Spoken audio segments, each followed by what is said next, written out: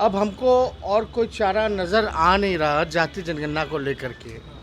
केवल एक ही चारा नज़र आ रहा है कि अब सड़क पर उतरना पड़ेगा और बिहार से दिल्ली पैदल यात्रा जाति जनगणना को लेकर के करनी पड़ेगी। नमस्कार, फर्स्ट बिहार देख रहे हैं आप। मैं हूं आपके साथ सना रहमान। बिहार में जातिगत जनगणना का मुद्दा एक बार फिर से गरमाने लगा है। बता दें कि नेता प्रतिपक्ष तेजस्वी यादव ने यह ऐलान कर दिया कि जातिगत जनगणना कराने का कोई रास्ता नहीं निकल रहा है तो अब वे सड़क पर उतरेंगे। बीती शाम तेजस्वी यादव ने यह कह दिया कि अब जातिगत जनगणना को लेकर के वो राजधानी पटना से दिल्ली तक का पैदल मार्च करेंगे। वहीं अब नेता प्रतिपक्ष तेजस्वी यादव को विकासशील इंसान पार्टी यानी वीआईपी के प्रमुख और बिहार के पूर्व मंत्री मुकेश सहनी का साथ मिलता हुआ नजर आ रहा। मुकेश सहनी ने भी ये कह दिया है कि अगर विपक्ष चाहे तो वीआईपी पार्टी उनके साथ है, यानी अब मुकेश सहनी भी तेजस्वी यादव के साथ सड़क पर उतरेंगे और जातिगत जनगणना के मुद्दे को लेकर के सरकार से मांग करेंगे। बता दें कि वीआईपी पार्टी के प्रमुख मुकेश सहनी ने केंद्र सरकार को इस मुद्दे पर जमकर घेरा है। आपको बता दें कि विकासशील इंसान पार्टी के प्रमुख और बिहार के पूर्व मंत्री मुकेश सहनी ने सोमवार को जातीय जनगणना को लेकर एक बार फिर केंद्र सरकार को घेरा है। उन्होंने कहा कि वीआईपी शुरू से ही इस मामले को लेकर सड़क पर उतरने को तैयार है।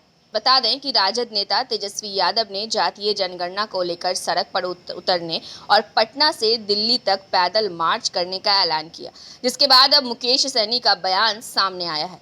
बिहार के पूर्व मंत्री मुकेश सहनी ने कहा है कि जातीय जनगणना को सरकार लटकाना चाहती है। उन्होंने राजद के नेता तेजस्वी यादव से इस मांग को लेकर सड़कों पर उतरने और बिहार से दिल्ली तक पैदल यात्रा करने के निर्णय पर धन्यवाद देते हुए कहा कि अगर राजद चाहती है तो वीआईपी भी उनके साथ खड़ी होगी। वीआईपी के प्रमुख ने कहा कि जातीय जनगणना की मांग को लेकर सभी दलों के नेताओं का एक प्रतिनिधि मंडल माननीय मुख्यमंत्री नीतीश कुमार के नेतृत्व में माननीय प्रधानमंत्री नरेंद्र मोदी से मिल चुका है।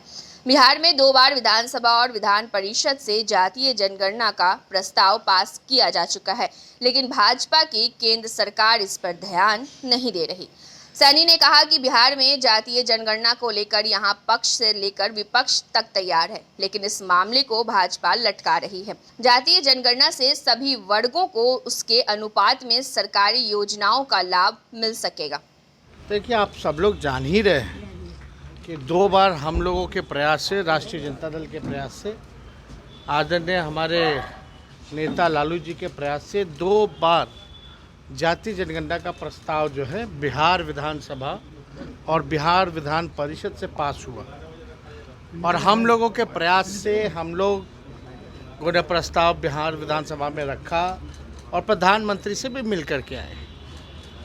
अब हमको और कोई चारा नज़र आ नहीं रहा जाति जनगणना को लेकर के।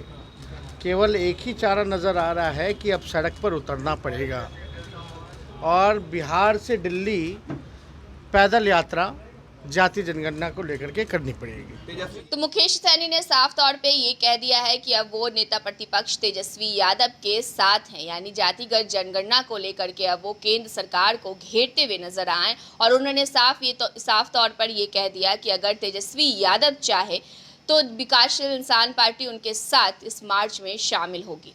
फिलहाल इस खबर में इतना ही। तमाम बड़ी खबरों के लिए देखते रहिए फर्स्ट बिहार झारखंड।